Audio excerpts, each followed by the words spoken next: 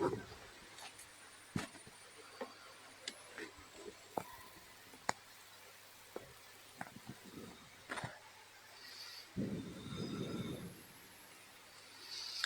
بالله من الشيطان الرجيم. بسم الله الرحمن الرحيم. إلى حضرة النبي المصطفى محمد رسول الله صلى الله عليه وسلم وعلى آله وأصحابه وأزواجه وذرياته ولكافة الأنبياء والمرسلين والعلماء والشهداء والصالحين شيء لله ولهم الفاتحة. أعوذ بالله من الشيطان الرجيم. بسم الله الرحمن الرحيم.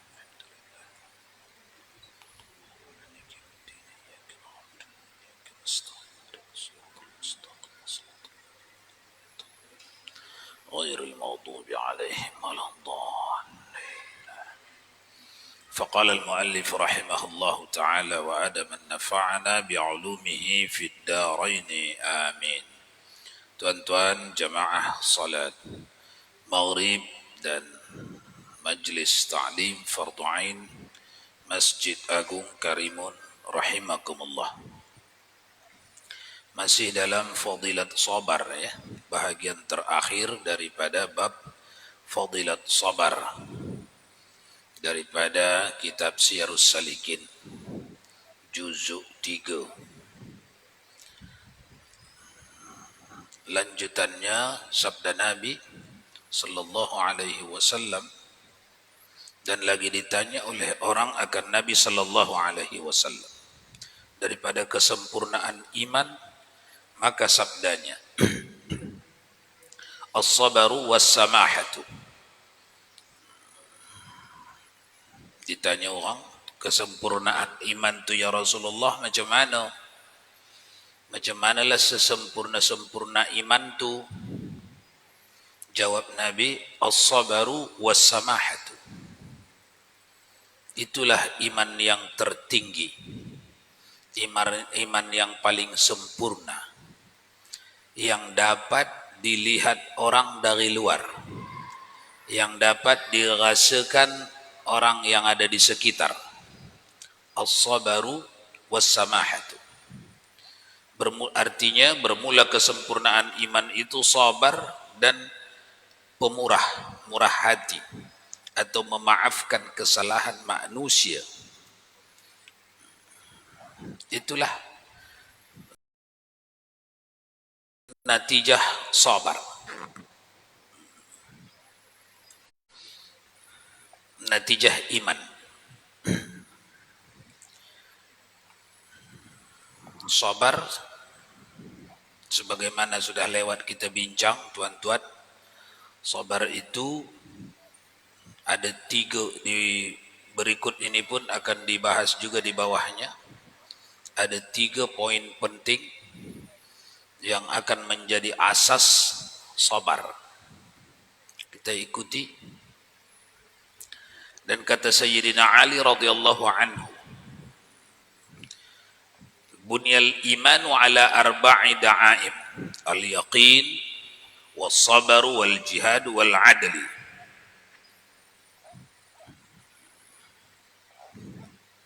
Didirikan iman itu atas 4 tiang. Jadi tiang iman kata Sayyidina Ali karramallahu wajhah 4. Pertama, yakin.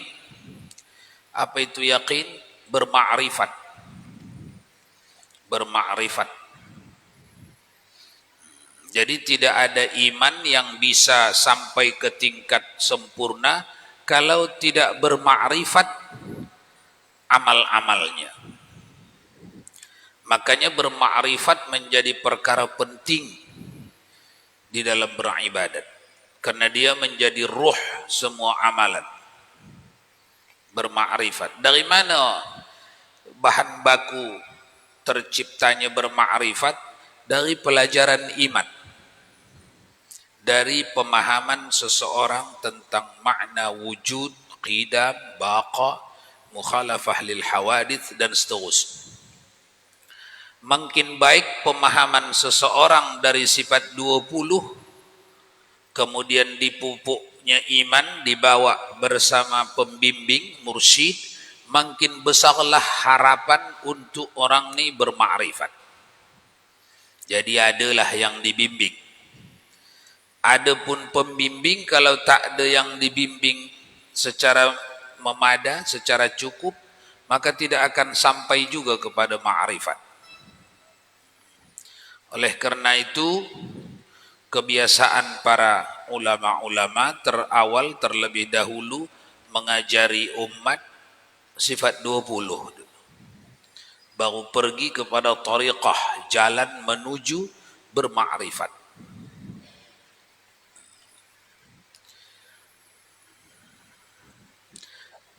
Jadi tiang, kata Sayyidina Ali karramallahu wajhah, didirikan iman itu atas 4 tiang. Tiang pertama itu yakin. Apa maksudnya? Bermakrifat yang putus. Macam mana bermakrifat yang putus sudah kita bincang kemarin contohnya ya. Contohnya, apa kemarin contoh kita makrifat putus? Mesti ingat lagi, haus. Bisakah tak menghabiskan, dan itu perlu pelatihan, habis di dalam keyakinan bahwa tidak bekerja sama antara Allah dengan air putih dalam mengubah rasa haus menjadi rasa kenyang, rasa segar. Dilatihlah, berlatihlah. Baru nanti pergi kepada yang besar-besar, yang lebih besar dari itu. Ketika Allah kirim sakit, penyakit, lalu kita pun jalankan kewajiban kita berubat. Berubatlah tuh kewajiban kita. Ketika 3 hari, 4 hari sembuh, atau seminggu baru sembuh, atau sebulan, di waktu sembuh misal, atau di waktu tidak sembuh pun nanti sama. Di waktu sembuh, dah beria-ia, dah bertubi-tubi, ubat masuk, waktu pun sudah berlalu seminggu, kemudian sembuh. Bisakah tak murni di dalam keyakinan tidak bersama-sama antara Allah dengan ubat dalam membuat kita sembuh? Itu perlu waktu, perlu berlatih. Yang dimaksudnya di situ tiang pertama yakni iman, yaitu bermakrifat yang putus, habiskan. Tidak bekerja sama antara Allah dengan ubat dalam menyembuhkan saya, melainkan bersendiri Allah, wahdaniyat fil af'al. Jadi ubat ini tak ikut campurin, ini hanya ikhtiar yang kukerjakan, di mana ini disuruh, di mana di dalamnya ada pahala kalau mengerjakannya sesuai dengan syariat, dan di dalamnya ada dosa kalau ubat ini terbuat daripada yang dilarang agama. Itulah tiang pertama. Dibina iman itu atas 4 tiang. Tiang pertama itulah dia. Tuan-tuan, kita ajak keluarga, anak bini di rumah bersama-sama mengamalkannya supaya tak terlalu berat. Karena kalau 10 orang kita penghuni rumah, 1 sahaja yang mengamalkan ini, 9 lagi tak mengamalkannya, ini berat. Berat.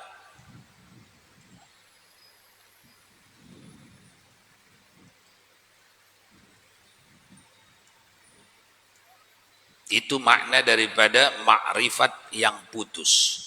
Menghabiskan. Jangan ada yang tinggal lagi. Habiskanlah. Atau contoh lain, berjumpa kita dengan hadis. Kata hadis misalnya, di dalam Sahih Muslim, ini contoh, yang lain pun banyak. Kata Nabi, barang siapa membacakan surah Al-Fatihah kepada air putih, lalu ditutupnya dengan Al-Fatihah, 17 kali lalu ditutupnya dengan salawat kepada air putih, maka itu akan menyembuhkan orang yang sakit. Berapa kali? Ditutup dengan salawat 1 kali bagi minum orang sakit, maka itu menyembuhkan orang sakit. Itu hadis. Lalu kita amalkan.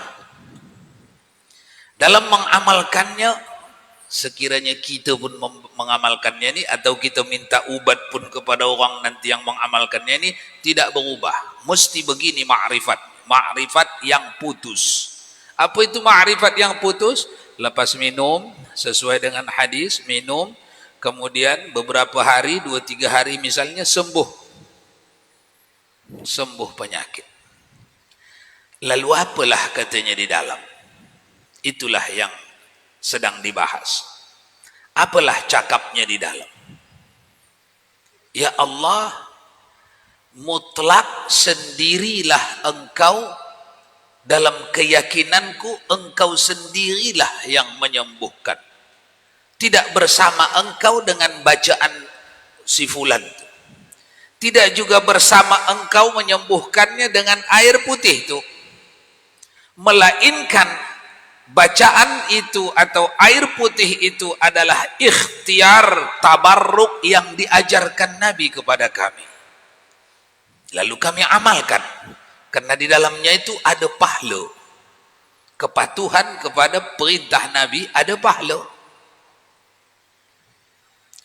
Adapun hasil yang didapat, yakni sembuh, itu mutlak af'aliyahmu, perbuatanmu yang tidak bekerja sama dengan apapun di dalam. Letak itu di dalam.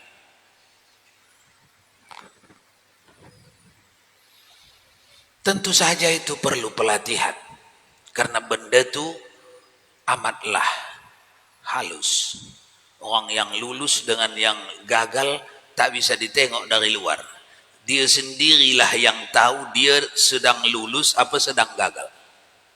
Orang luar tak tahu.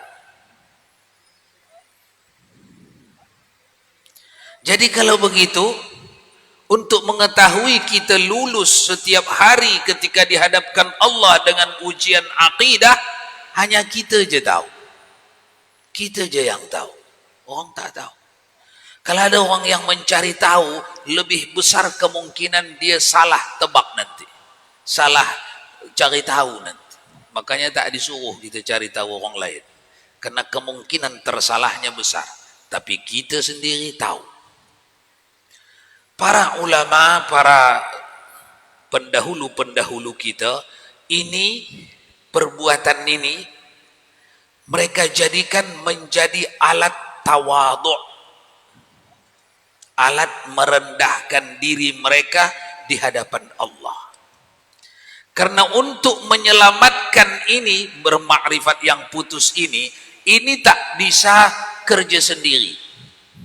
Ini tidak akan muncul dari kehebatan seseorang berlatih, melainkan Allah kirimkan kemampuannya untuk bermakrifat yang putus. Jadi mampulah dia.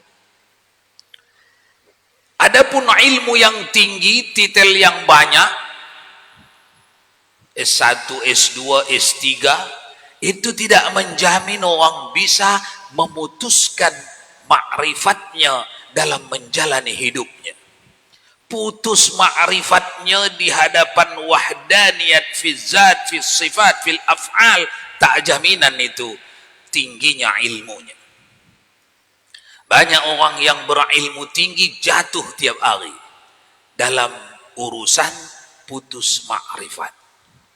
Sebutnya saja yang mudah, putuskan ma'rifatmu ya. Ayo kita berdoa, putus ma'rifat. Ayo kita berzikir, putus ma'rifat. Mudah sebut dia, tapi mengamalkannya amatlah halus. Oleh karena itu, tuan-tuan, kita berlatih dan berlatih. Kita bawa isi rumah tangga kita. Waktu hendak makan, kita bagi tahu dulu. Kita ni hendak makan nih. Dalam keadaan lapar nih kita nih, nak makan siang nih atau nak makan malam nih. Nanti lepas makan pada urufnya biasanya berubahlah rasa lapar menjadi kenyang. Jangan pernah lupa, yang mengubah rasa lapar dan menjadi kenyang tidak sedikit pun bersama antara nasi ini, makanan ini dengan Allah, melainkan Allah sendiri. Hanya diuji orang ramai ini, perbuatan membikin kenyang itu diletakkan Allah bersamaan mereka makan. Di situ Allah letak rasa kenyang. Orang yang putus ma'rifatnya kepada Allah, tetap dia lihat Allah sendirian. Makanya dalam zikir awal tariqat Naqsabandi tidak dimulai dari la ilaha illallah, tapi dimulai dari Allah, Allah, Allah. Hendak mendudukkan ini. Semua perkara diri kita, perkara anak bini, perkara semua perkara harus dilihat ini kerjamu ya Allah, Allah, Allah, Allah. Ini putusanmu ya Allah, Allah, Allah, Allah. Tidak bercampur ini dengan ikhtiar kami. Hanya engkau sendirimu ya Allah, Allah, Allah, Allah. Berapa kali sehari?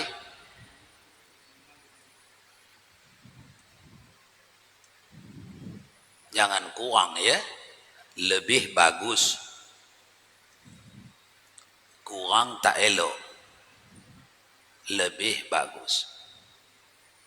Tapi itu pun tak tahu kita, entah awak kerjakan entah tidak, awak sendirilah yang tahu. Dan tak perlu diadili pula. Namun angka itu sudah merupakan angka yang mulazamah, dibiasakan oleh para pembimbing kita. Pembimbing kita begitu membimbing kita, dia pun dibimbing oleh pembimbingnya begitu dahulu, maka tak kita ubah. Dia pun dibimbing oleh mursyidnya, pembimbingnya begitu dulu, minimal 5.000. Begitu terus. Jadi kalau begitu tiba di sini tak begitu, macam mana ini? 5.000 dari atas dulu begitu, 5.000 minimal, 5.000. Tiba di sini 1.000. Macam mana ini? Hah? Outside lah ya.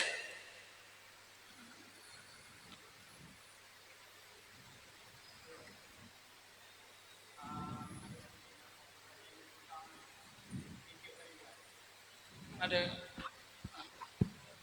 yang kita ketahui kan ada 40 tarikat. Apakah bisa kita mengamal yang yang lain itu? Yang lain lagi. Atau salah satu kita pilih, atau bisa kita mengamalkan 40? Semuanya dituntut kalau ada masuk. Tapi satu-satu dituntut. Semuanya. Para ulama, para pendahulu kita dari zaman ke zaman menuntutnya dan mengamalkannya. Hanya ada yang disebut misalnya, oh ini ahli tariqat Naqsabandiyah, ini ahli tariqat Sammaniyah, ini ahli tariqat Munfaridiyah. Itu tingkat banyaknya dia mengamalkan di depan orang ramai bersama jamaah, maka dianggap dia misalnya ahli tariqat Naqsabandiyah, karena dia bersama-sama jamaah mengamalkannya. Namun kalau dalam sendiriannya silakan amalkan. Beberapa dari 40 itu yang punya sanad kepada Anda, silakan diamalkan. Satu waktu Anda mendapat silsilah tariqat Munfaridiyah, amalkan. Satu waktu Anda mendapat silsilah ijazah tariqat Khalwatiyah, amalkan. Ada yang mendapat Syaziliyah, amalkan. Mungkin soalannya itu ya. Tak apa-apa, amalkan banyak. Oh iya. Karena di sana ada nanti kaifiat, ada cara-cara. Yang kita mengaji malam Kamis lepas Nisya itu persiapan kita ya, belum masuk kita ke tariqat, belum ada bayat di sana, belum ada musalsalah, kita bersiap, kita persiapkan diri kita, kita fahami dulu kajiannya, baru nanti kita masuk ke dalam tariqat Naqsabandiyah. Namun kita sudah faham ketika masuk nanti, sudah faham tak di waktu itu lagi, waktu berzikir lagi kita menerangkannya, tidak. Makanya kita adakan dulu pengajian, beberapa kali pertemuan, lepas itu barulah masuk kita ke dalam kaifiyat, cara, step by step yang dianut oleh pendahulu-pendahulu dan diijazahkan kepada kita, begitu pula cara kita mengamalkannya. Namun dalam persiapan itu sudah adalah tugas kita ya. Berapa tugas kita? 5.000. Ibarat nak berkebun, hutan kita tebang dulu, kemudian kita siapkanlah bibit kita, kita siapkan cangkul kita, kita buatkan gubuk kita, tempat berehat kita, baru kita mulai berkebun. Ya. Jangan hutannya semak belukar, nanti lebih duluan tinggi rumputnya itu.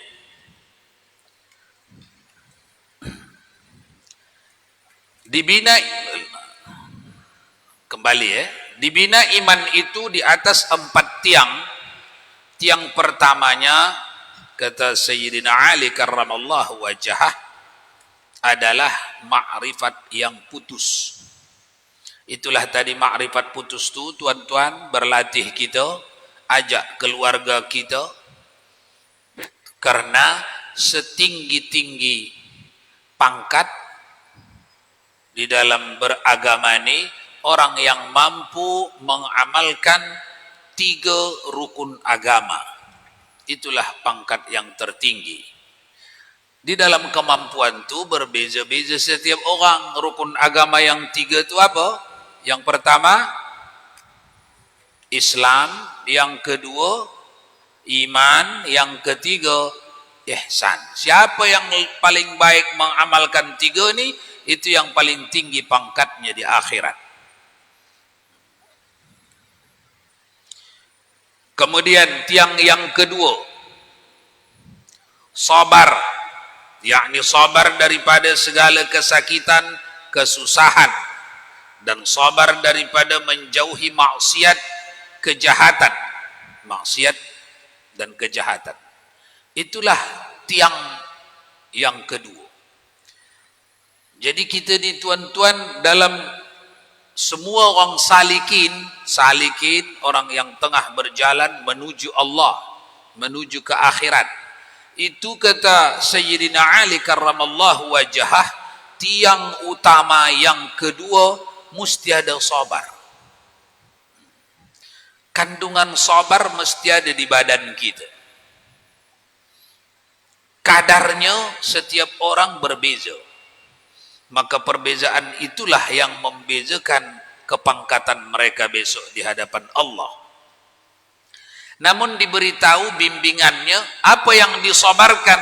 Sabar daripada segala kesakitan dan kesusahan. Itu dulu.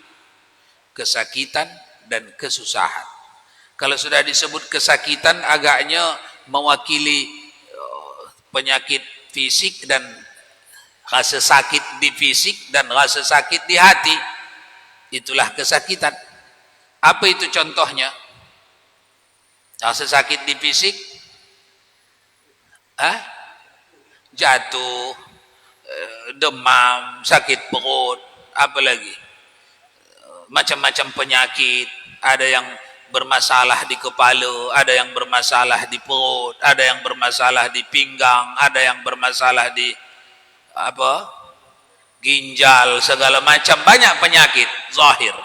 Itu pada satu waktu kalau dikirim Allah itu ke kita, siapkan ini, jangan mengalami kerugian.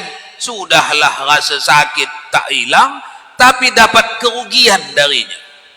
Kenapa? Tidak ada bimbingan. Maka datang para mursyid kita di dalam kitab mereka memberikan bimbingan. Kata Ali karramallahu wajhah, ini merupakan tiang yang penting, menempati urutan kedua untuk menetapkan kepangkatan besok di akhirat. Ini yang diperiksa. Ketika dahulu di dunia Allah kirimkan kepadamu kesakitan. Apa yang kau buat? Kira-kira begitu besok di mahkamah. Kesakitan zahirkah? Kesakitan batin. Kalau kesakitan batin apa itu? Rasa sakit, rasa apa? Bagian rasa lah. Dihinakan, direndahkan, kalau zaman sekarang dibuli. Apa itu dibuli? Dicaci orang, mungkin dimatikan, dibunuh karakternya, dipermalukan dia, atau macam-macam yang menyakitkan di hati. Itu sudah disediakan bagi orang salikin yang tengah berjalan menuju Allah. Kalau itu datang menimpa mereka, sudah disediakan alatnya. Apa itu? Ya Allah, tidak ada, dalam hadis sahih Bukhari, tidak adalah satu hamba yang direndahkan makhluk dia di dunia ini lalu dia sabar, dia ditinggikan Allah di akhirat. Jadi direndahkan orang kita lalu kita sabar, itu pertanda sudah naik kita di akhirat. Jadi sabar atas kesakitan, segala kesakitan dan kesusahan. Kesusahan apa itu? Fahamlah kita kesusahan ya. Apa itu? Paham tapi tak ada. Apa? Kesusahan ekonomi, kesusahan cita-cita tak tercapai-capai, kesusahan macam-macam. Macam-macam. Dulu kedai saya ni penghasilannya sehari 200.000, sekarang tinggal 20.000 misalnya. Susah tak? Susah. Dulu Pak Ustaz mudah cari duit, sekarang susah. Bermacam-macam kesusahan. Mungkin orang banyak yang jatuh dan gagal, tapi as-salikin diberi bimbingan oleh mursyid kita, pengarang kitab kita ni, Syekh Abdul Samad Al-Falimbani, meramu meletakkan cakap Sayyidina Ali karramallahu wajhah, tiang yang kedua yang amat penting ketika Allah kirim kepada kita kesusahan, rasa susah hati, rasa gundah, ketakutan kelaparan, ketakutan miskin, ketakutan hilang nama besar, nama baik dan seterusnya. Ingatkan, tidak satu pun pekerjaan makhluk di alam semesta ini yang tidak dari jadwal Allah datang. Semuanya ini datangnya dari jadwal Allah.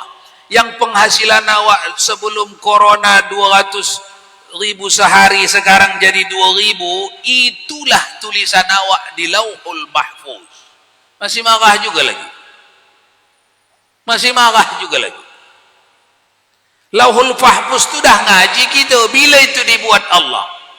Ketetapan yang tertulis di situ tu bila? 50.000 tahun sebelum Allah buat langit dan bumi. Bukan sebelum Allah buat atuk kita Adam, bukan, sebelum Allah buat langit dan bumi. Dah ditetapkan Allah. Awak nak marah juga lagi?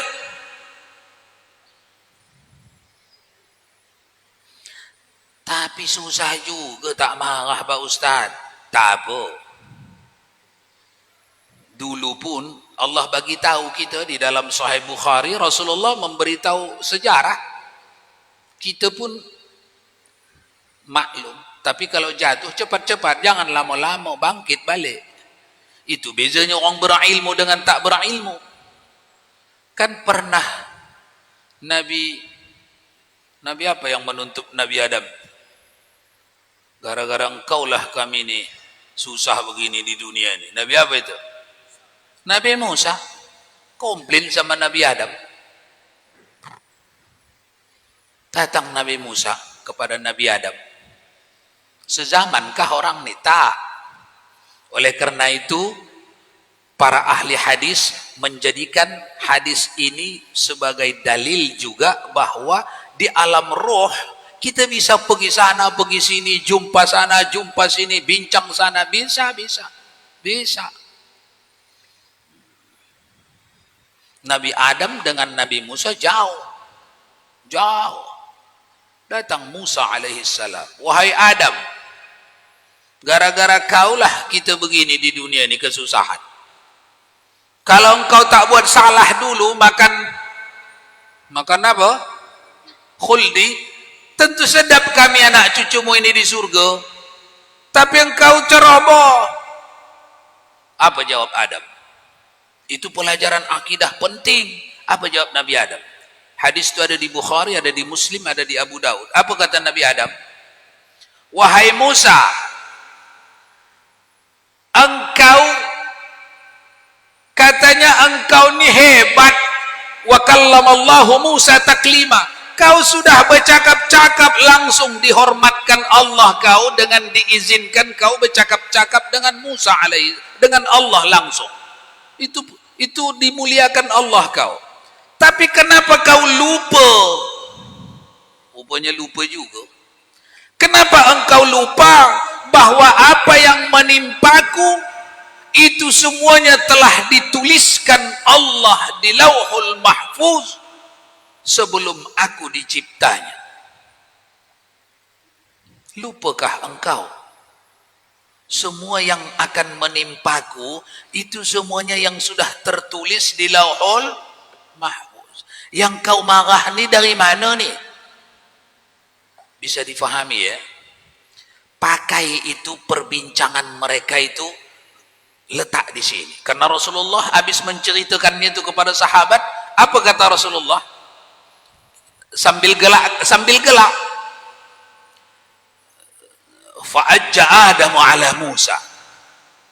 Sambil gelak-gelak. Fahajja Adamu ala Musa. Fahajja Adamu ala Musa. Ha. Sambil gelak. Mengalahkan Adam akan Musa dalam perbincangan itu, mengalahkan Adam akan Musa, mengalahkan Adam akan Musa. Ha.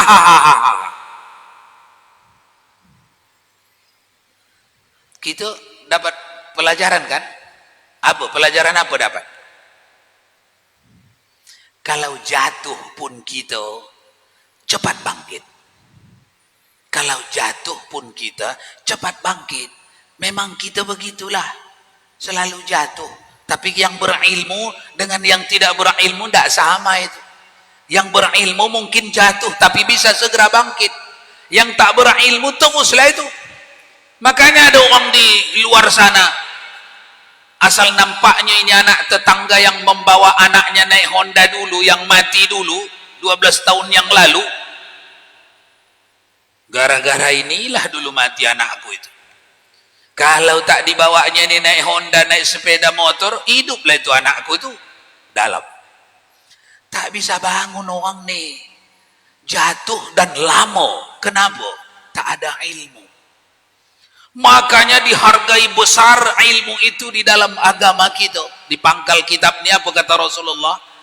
Duduk satu kali di majelis ilmu itu sama pahalanya dengan solat sunat 1000 tahun. Masya Allah. Kenapa begini besarnya harga ilmu? Karena dengan ilmu orang dapat kembali kepada Allah. Kalau tak ada ilmu orang tak kembali. Inilah. Saya tak bisa menengok anak tetangga saya ni. Kenapa? Setiap saya tengok masih teringat saya anak saya dulu yang dibawanya naik sepeda motor tu. Karena tak bisa kembali. Orang yang berilmu bisa kembali. Tengok ke atas. Surah apa itu? Surah Al-An'am ayat 59.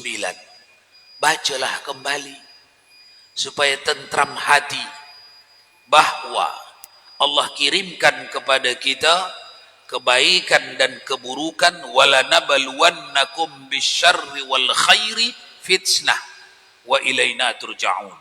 Kami kirim kepadamu selagi kau di dunia, akan kami kirim kepadamu kebaikan dan keburukan. Fitnah, ujian. Kamu, namanya ujian. Ada orang yang lulus ujian naik kelas. Ada orang yang tak lulus dalam ujian, dia tak naik kelas. Kalau berkali-kali ujian tak juga lulus, lama-lama apa itu?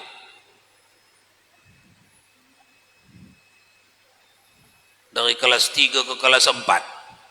Setahun tak lulus, 2 tahun tak lulus, 3 tahun tak lulus. Lama-lama kena DO lah tu, kena berhentikan.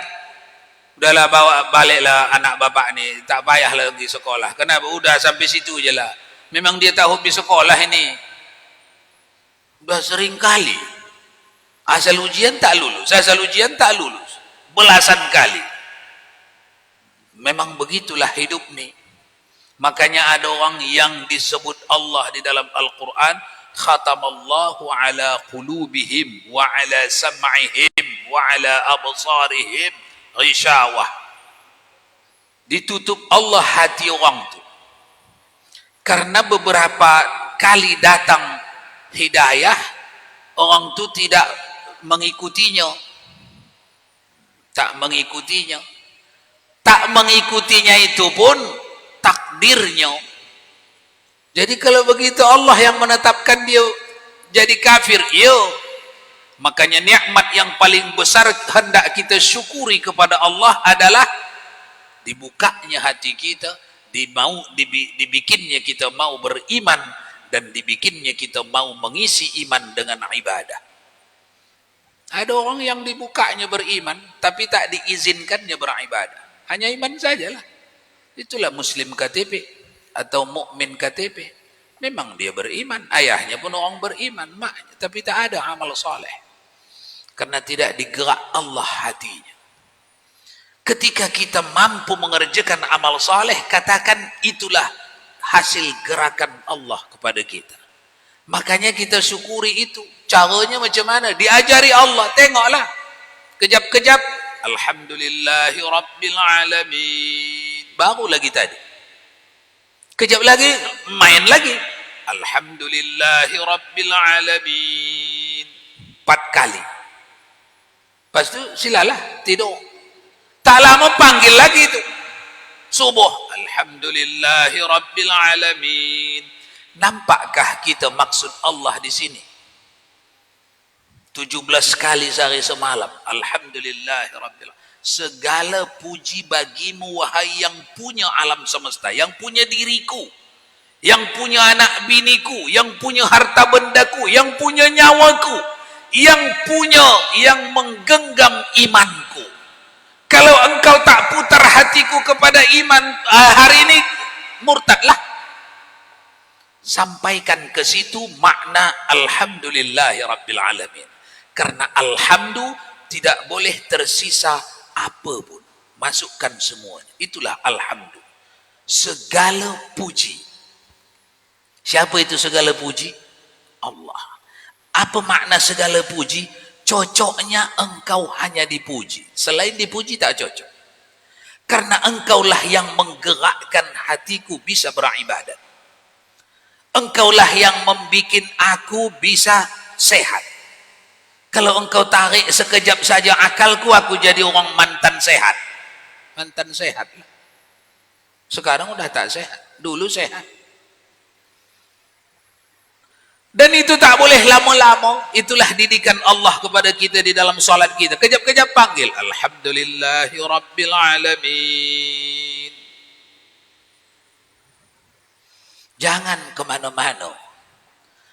Minimal dalam Fatihah itu, jangan kemana-mana. Hidupkan. Sedang bercakaplah dengan Allah. Karena itu bacaan wajib. Tak boleh tak membaca. Kalau yang lain, Rabbana lakal hamdu mil'us samawati wa mil'ul ard, tak baca pun tak terganggu, tak rosak salat. Kalau ini tak boleh. At-tahiyyatul mubarakatul salawatut tayyibatul lillah. Segala jenis tahiyyat, penghormatan, ucapan terima kasih, tahiyyat, itu hanya kepada engkau aku alamatkan. Tidak ada terima kasih kepada selain engkau wahai Allah. Walaupun aku sedang berterima kasih kepada mak bapakku yang berjasa kepadaku, hakikatnya aku tengah berterima kasih kepadamu. Karena engkaulah yang menggerakkan hati mereka mau membesarkanku. At-tahiyyatul. Kumpulkan segala jenis nikmat yang pernah Allah beri kepada kita. lalu tidak ada balasan yang pantas kecuali at-tahiyyatul, ucapan terima kasih. Itu di dalam ya, at-tahiyyatul. Mubarakatuh, segala jenis keberkatan, mubarak. Apa itu keberkatan?